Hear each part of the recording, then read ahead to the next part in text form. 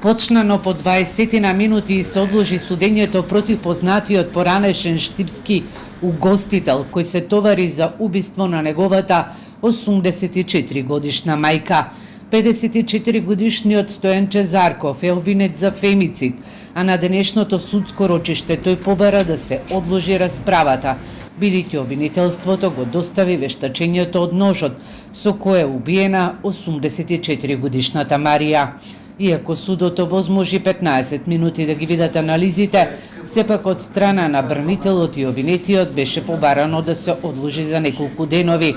Обвинителката Тања Кацарова посочи дека одложувањето во рок од 5 дена е премногу, бидејќи во извештајот вештото лице го има сублимирано она што претходно го навел како наод.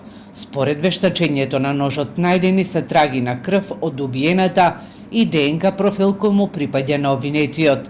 Убиството на 84 годишната штипјанка се случи на 8 август во раните утрински часови во семејната куќа. Според анализите, обвинетиот бил во состојба на тешко пијанство. Судечкиот судија Сашко Георгиев судењето го закажа на 11 декември.